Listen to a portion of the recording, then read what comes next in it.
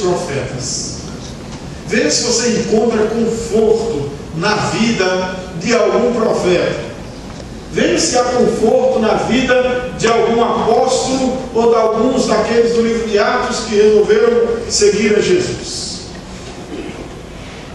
Conforto, irmãos. Conforto só na eternidade. Ali sim haverá um conforto eterno para nós. Ali sim.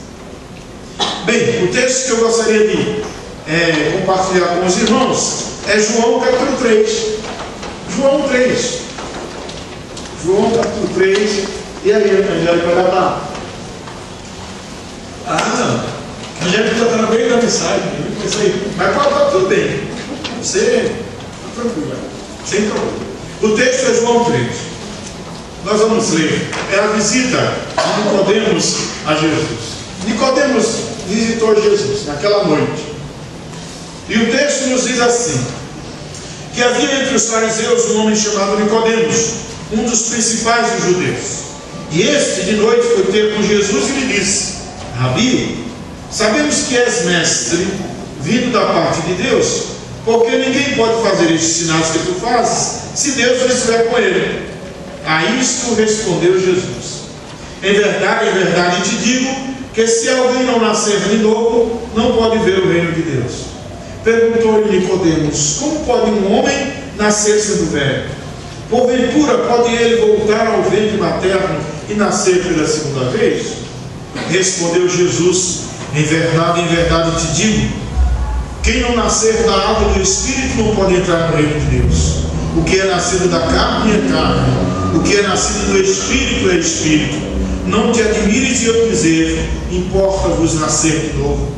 O vento sopra onde quer, ouves a sua voz, mas não sabes de onde vem, nem para onde vai. Assim é todo o que é nascido do Espírito. Então lhe perguntou Nicodemos: como pode suceder isso? E acudiu Jesus: tu és mestre em Israel e não compreendes essas coisas? Em verdade te digo, que nós dizemos o que sabemos e testificamos o que temos visto, contudo não aceitais o nosso testemunho. Se tratando de coisas terrenas não me credes, como crereis se vos falar das celestiais? Ora, ninguém subiu ao céu, senão aquele que de lá desceu, a saber, o Filho do homem que está no céu. E do modo porque Moisés levantou a serpente no deserto, assim importa que o Filho do homem seja levantado, para que todo o que nele crer tenha a vida eterna. Até aí, irmãos. Lendo só esse texto aqui e pensando nessa questão do novo nascimento. Estava lendo um livro, e esse livro, o pastor que estava lendo, que escreveu aquele livro, ele dizia que, infelizmente, nas igrejas evangélicas no mundo inteiro, ou especialmente no mundo ocidental, há muitos, mas tem muitos mesmos, que estão na igreja e que nunca passaram por um novo nascimento, nunca nasceram de novo, que já ouviram centenas, milhares de mensagens, que já participaram de não sei quantos encontros, que ouviram palestras de toda a natureza, mas que ainda não aceitaram Jesus de fato como Senhor e Salvador. Não passaram por uma transformação, por um novo nascimento. Este homem, Nicodemos, foi à noite visitar Jesus. Ele viu antes ele viu e ouviu Jesus falando.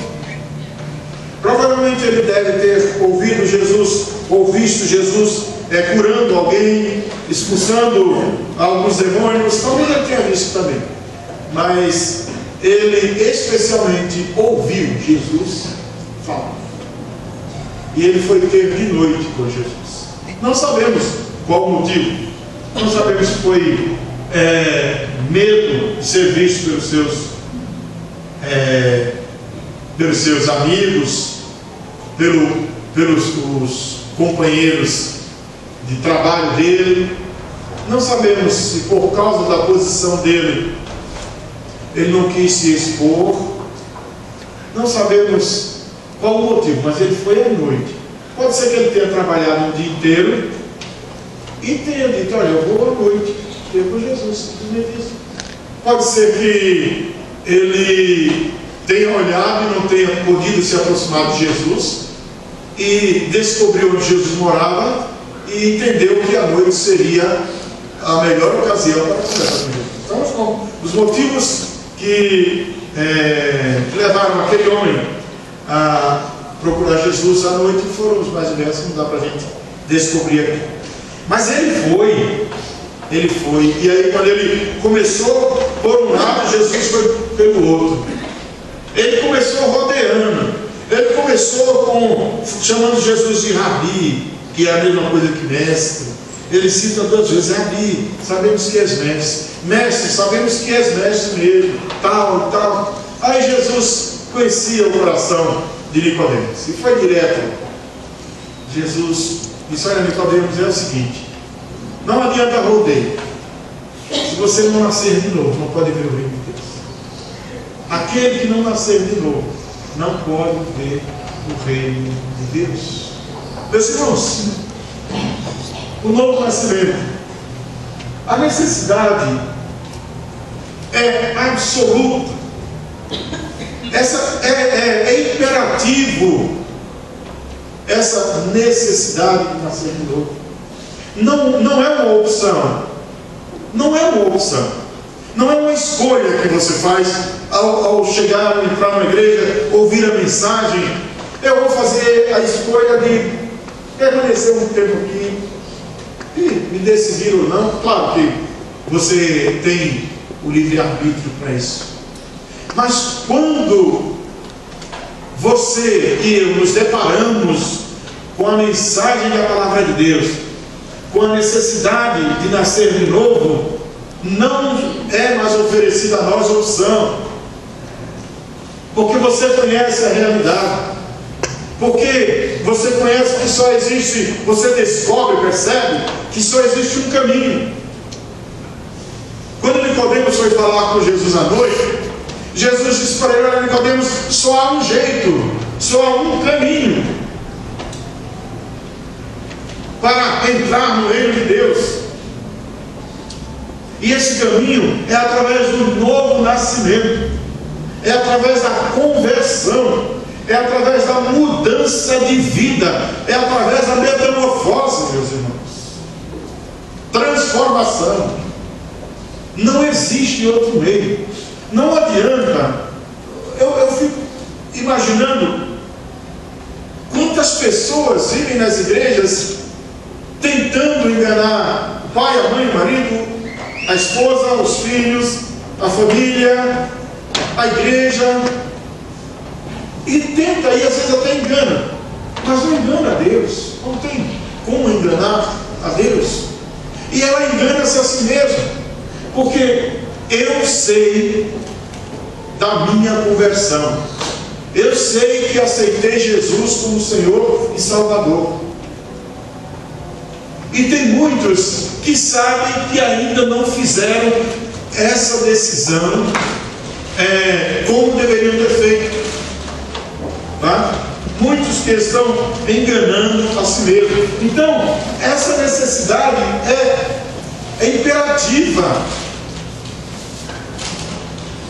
Ela é absoluta. E sabe por quê? Gostaria que o Angélico, por favor, alguém apague essa luz aqui? Por favor, apague essa luz aqui. Que eu pedi para colocar na transparência para os irmãos vejam e acompanhem dele. Então, o homem natural é carnal. Nós somos, antes de aceitarmos Jesus como Salvador, nós somos carnais. O homem que não conhece a palavra de Deus, ele é carnal. O homem natural, ele vive em função das coisas do mundo. Quando se fala de carne, se fala em referência ao mundo. Ele vive em função das coisas do mundo.